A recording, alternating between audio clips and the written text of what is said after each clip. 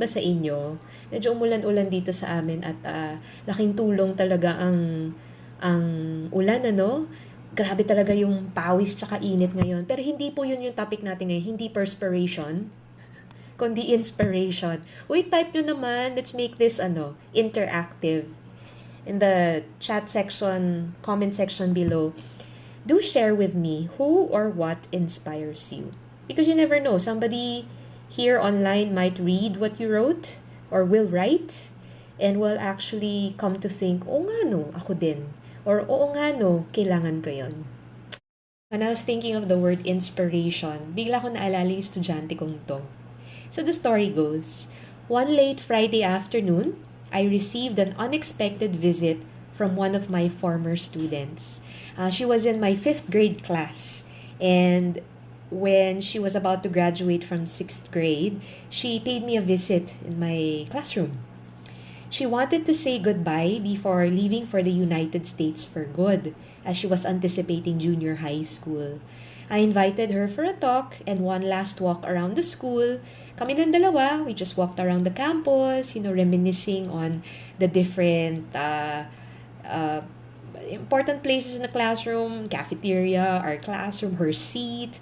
And the last place, it culminated in the school chapel.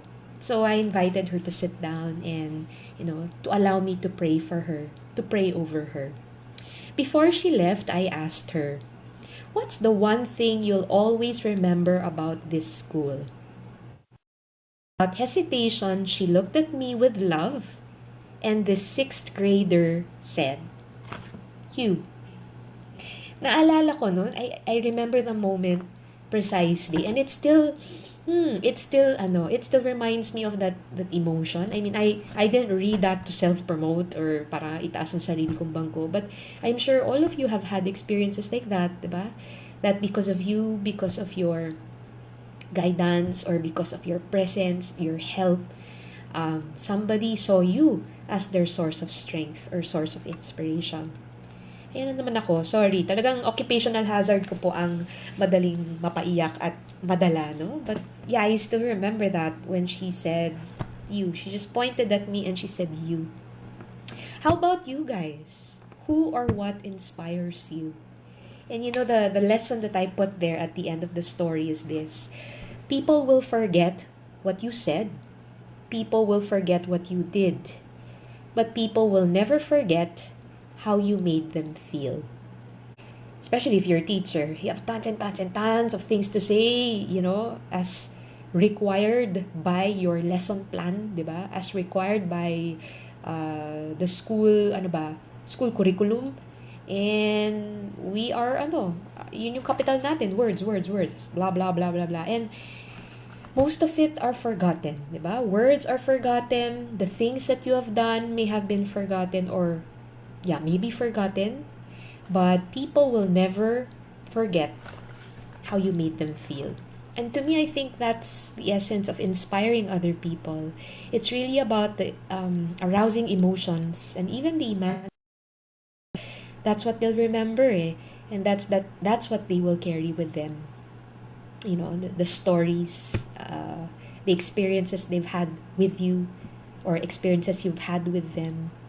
Of course, inspiration is God's gift, diba? It's not only by our own efforts, our good deeds. It's not just by our own actions that we are inspired. It's really God's grace, diba? God's grace. I mean, admittedly, may mga araw ba na ayaw mo na bumangon. Wag naman, Lord. Ayaw mong bumangon, diba? Talagang running low on inspiration, running low on motivation. But when the days come, that like this afternoon, I'm hyped up and supercharged again because of the grace of the Holy Spirit, as well as the positive energies, surrounding yourself with the right people, surrounding yourself with people who are optimistic and filled with hope. It's like recharging and providing you that breath of life that every so often we need to refill ourselves with. I really like what Bryson shared a while ago. He said, one soul at a time. One soul at a time. right now there are 9 people watching this live broadcast. If there's at least one person here who is, I don't know, maybe there's something here that helped you or something here that got you thinking. Now it's 11. Wonderful, diba? 11 people watching. Just one soul, one person. I mean, we are not God. We are not here to save the world, but we've been called to uh, to stewardship. We have been called to be helpers in the vineyard of the Lord. So kahit isa lang,